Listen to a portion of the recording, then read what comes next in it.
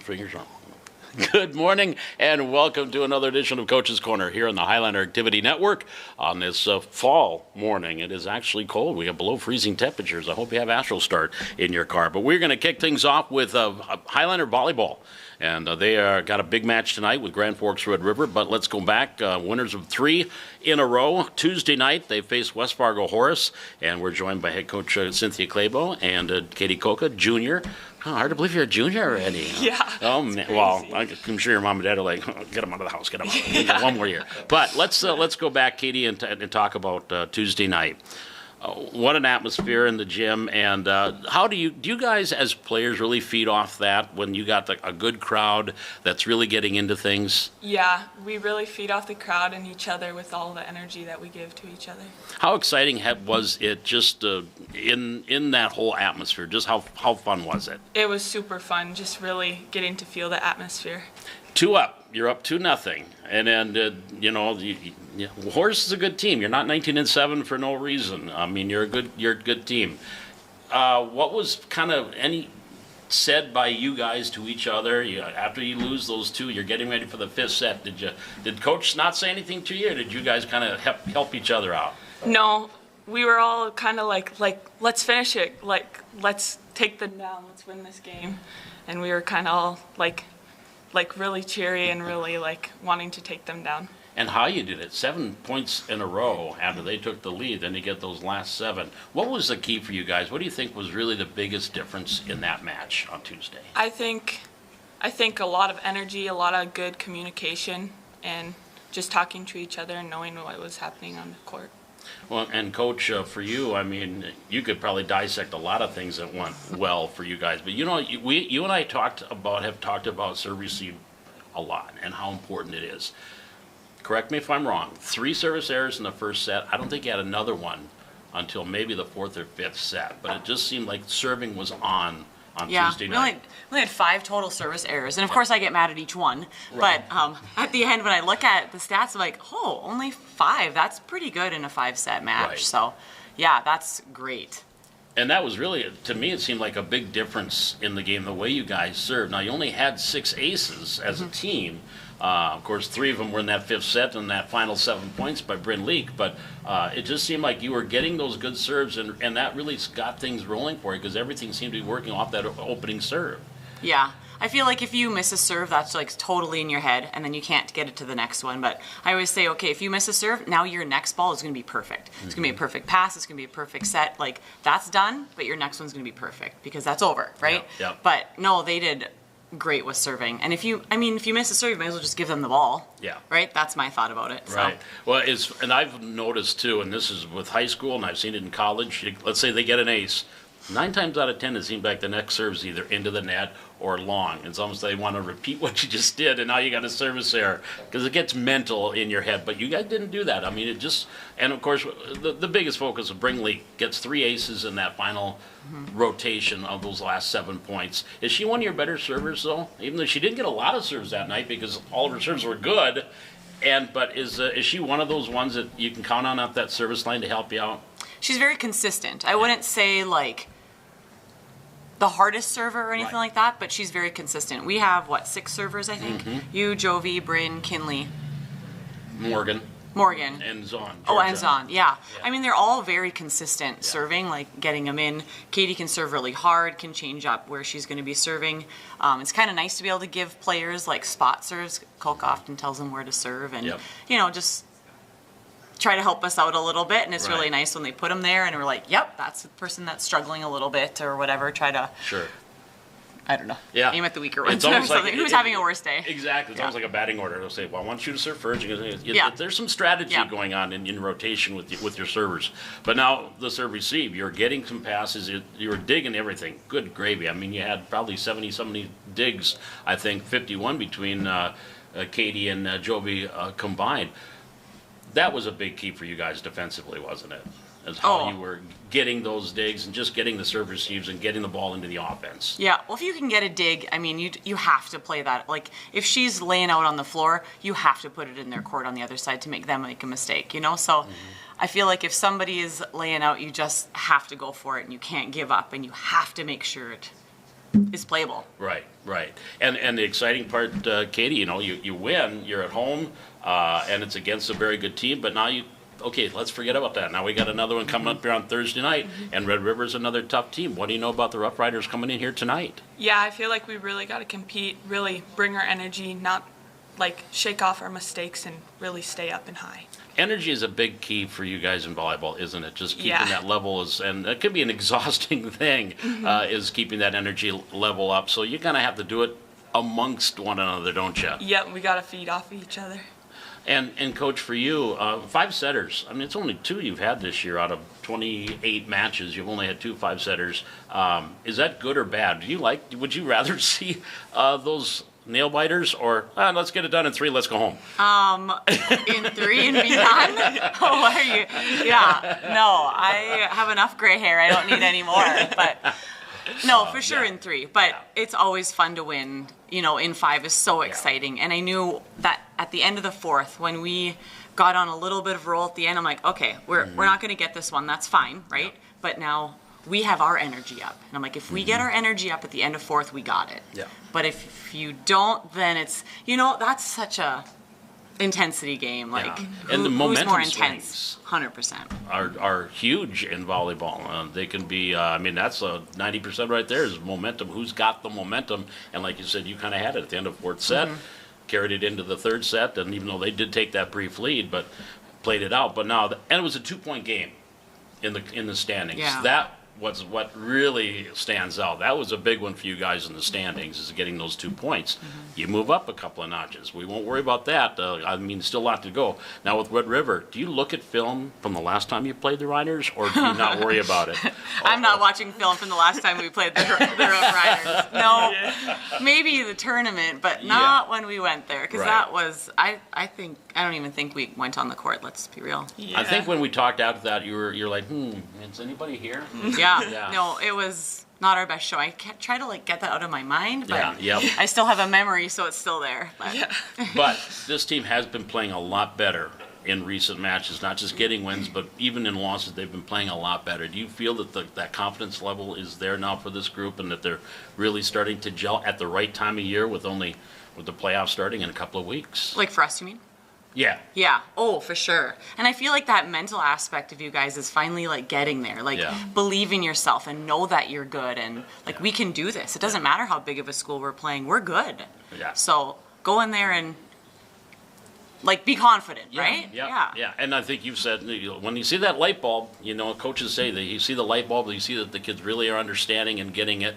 And granted, they probably have been drinking the Kool-Aid all year long, but it's really starting to get into their system now, and they're picking up on it. Well, you got Red River tonight, a couple more matches next week, but what's going to be key tonight against Red River to pick up another W? Just eliminate errors. We've talked about that a ton. Share the ball, right? Don't just keep on going one space, and you got to keep the defense guessing of where we're going and finding the open holes. I mean, that's basically what we try to do every game, right? Right. So, yeah, but definitely eliminate errors, right? Keep the ball in, keep it playable. And of course, Halloween nights, we want to scare the heck out of the Rough Riders here tonight. So what are you going to be dressed up as, a volleyball player? Or Yeah, okay. that's what I was That's thinking. your costume for Yeah, tonight? yeah. All right, good deal. Well, again, that'll be 4:30, 5:45, and 7 o'clock. A big match tonight. Come on out here to the Hack on Halloween night and support the Highlanders. A big game against Grand Forks Red River. Big match against Grand Forks Red River. And, of course, we'll have it here on the Highlander TV Network. Katie Koka, Cynthia Clavel, ladies, thank you for joining us. We'll see you tonight. Thank you. Thank you. We'll be back with more Coach's Corner here from the Hack on the Highlander Activity Network.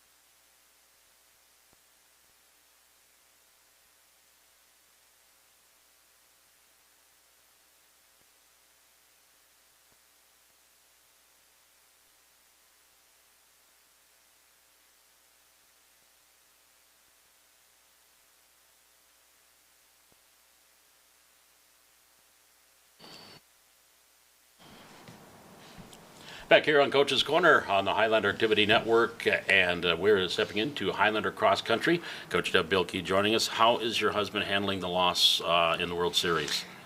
Well, I think it's okay. The Yankees just gave it away last night, Yeah, so they they have did. nobody to blame but themselves. Exactly. I'm a Yankee fan too. He is. Yeah. But that's 5 no- under and runs is not healthy for. No, you don't drive. You don't drop a ball that's hit right at you. Yeah. You just So don't yeah, do they messed up like 3 plays in a row. So it is what it is, I Yeah. guess. Oh, but state cross country last weekend at the Parkhurst Recreation Area, and overall, let's talk about both the boys and the girls. How you felt the kids ran last week? The kids ran up to their potential. They stepped up. They competed. It's a tough field. When everybody is bringing their top 10 runners or their qualifiers to the event, and I feel it was a perfect day for it. It was a little windy compared to Class B on Friday, but when they got out into the hills, it was really windy, but they ran right around their times. We had a couple that ran their season best there, so it was successful. And some of on the boys' side, a couple of the younger runners, 7th and 8th grade, Garrett Govan and Simon Trapp, did well in their grade levels. I think Garrett, was second among 7th graders. Right. There's not many 7th grade boys that actually compete in Class A. Class B, there's a few more, but in Class A, I believe there was 5 or 6 7th grade boys in the 22 teams, and we just happened to have 2 of them. Right. So I thought they ran really well. Like I said, it's a big stage for the young kids. It's actually a big stage for anybody that has never been to state. So we had a number of them, but it's just to kind of stay relaxed and think of it as just another meet, even though you got the top dogs out there. And you had a couple of seniors on the girls' side running their last races, Highlanders, Trisha Fennig and Greta Govan. And how did you feel they ran? I think, they didn't probably finish. I think Greta probably was a little disappointed with her time or not. It is what it is, but you go out and you do what your body tells you to. I know she said she had a upset stomach and stuff that day. And I don't believe it was from nerves or anything, because this is her 6th time she's towed the line at state. But she just had a couple stomach issues, but she literally gutted it out. And they ran basically what their body allowed them to run that day. How about the rest of the runners for the girls? You said they ran up to their potential. Was that did you see a lot of improvement though? Did you feel that this is a good young group of girls and boys for getting ready for next year? Yeah, it is. Claire Haas knocked off another, about 20 seconds off her time. She's a first-year runner, so you're going to improve a little bit here and there. But yeah, she had a big race there too. Addie Fetch did really well for wiping out down the hill. She fell down the steep hill, so she kind of got the wind knocked out of her a little bit, but finished well. And like I said, all the other kids ran really well. And there's a couple more girls, I believe, as 7th graders that can step into those roles next year too. It just depends what they want to do, put in the time and stuff like that. Yeah, next year now is going to be very different because we'll be Class B in cross country next year. Right. Individually, it'll still be very challenging. Class B is tough. I mean, in every class, you've got your top runners, and individually, it'll be the same challenges we have. You just have to get better times, and kids will get stronger. But what's nice about it, they'll be able to compete as a team. You'll be able to accumulate your scores and actually place as a team because of we're competing against schools our size. Right. And you look at the times that they ran this year, they would have done fairly well in the Class B with the times that they ran this year, wouldn't they? Yeah, some of them would have bumped up, and there's a guy out there that puts the whole thing together if you combine Class A and Class B together, and they would have done fine. And this is a team, if everybody does what they have to do and comes back, this is a young team. You only had 3 seniors. You had just Raphael on the boys' side, I believe, and then Trisha and Greta on the girls' side. So you've got a lot of these runners are going to be back next year. Yeah, it depends. Cross country is a sport that you get out of it, what you put into it. So we have athletes that are on the team and enjoy running, and we have athletes on the team that really enjoy competing. It's two different things, you know, and it depends what they want out of the sport as to what they put in, because, you know, they're going to have to toe the line every meet, but some of them are happy with, you know, competing against themselves. A lot of them like to compete against others, try to pass this and that, whatever, but they're going to get out of what they put into the sport. Right now, they're taking a little time off, resting their body a little bit, and some will run all winter long and get ready for track. Some will be in tennis or softball, as long as they're active in something, that's all, you know, because to run, for a young kid to run for the whole year, it's tough on their bodies. You know, as they're growing, they need to rest some of those and try a different sport or a different activity for a while and then go back into running again. For somebody old like me, it doesn't really matter. I can just keep going. You're not that old.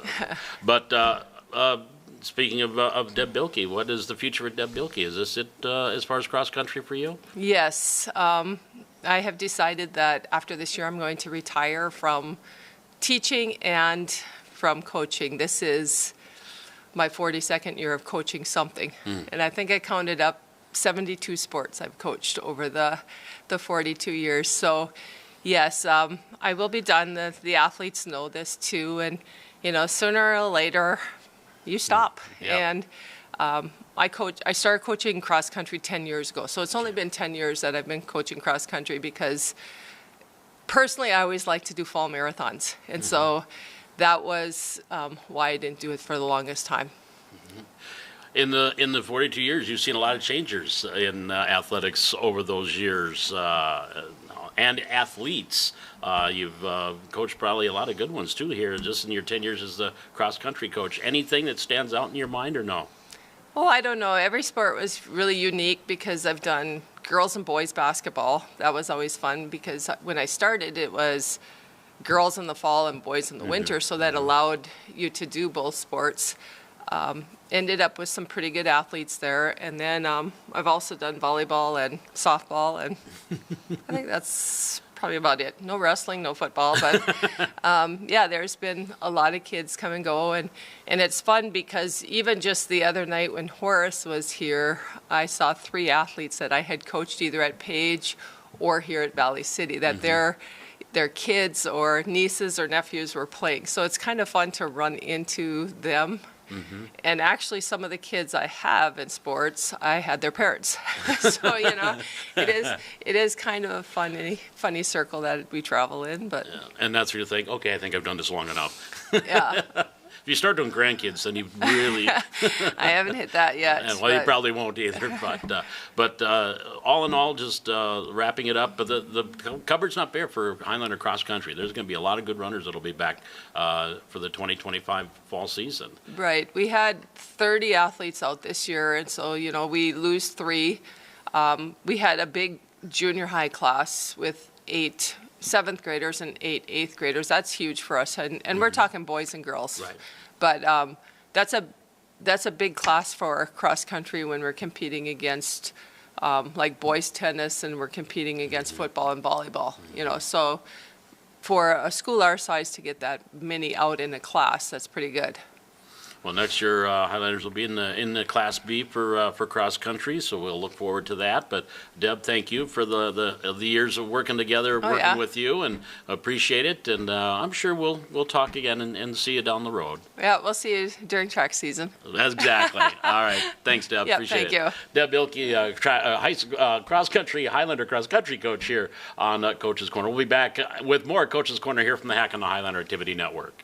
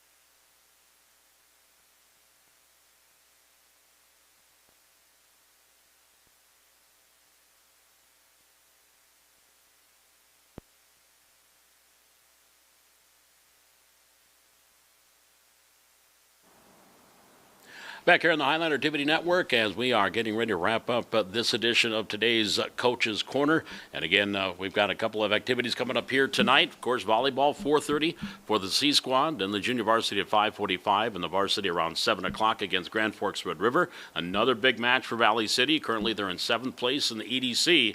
And right now, they are in a position with 3 matches left to go in the regular season that they could host a playing game. But they've got Red River tonight, Shanley on Tuesday, and then next Thursday on the road at Wahpeton to wrap up the regular season. Of course, tomorrow night, Highlander football, coming off last week's loss to Minot North, 42-21. In the final regular season game, the Highlanders are the number 2 team in the West region, and they will open up the playoffs tomorrow night, taking on let's see, they'll be starting at 7 o'clock tomorrow night. It's Wahpeton Huskies, a team that we lost to 31-27 in that Bank of Lights Bowl, as I like to call it. The half of the lights were off in the loss to the Huskies earlier this year.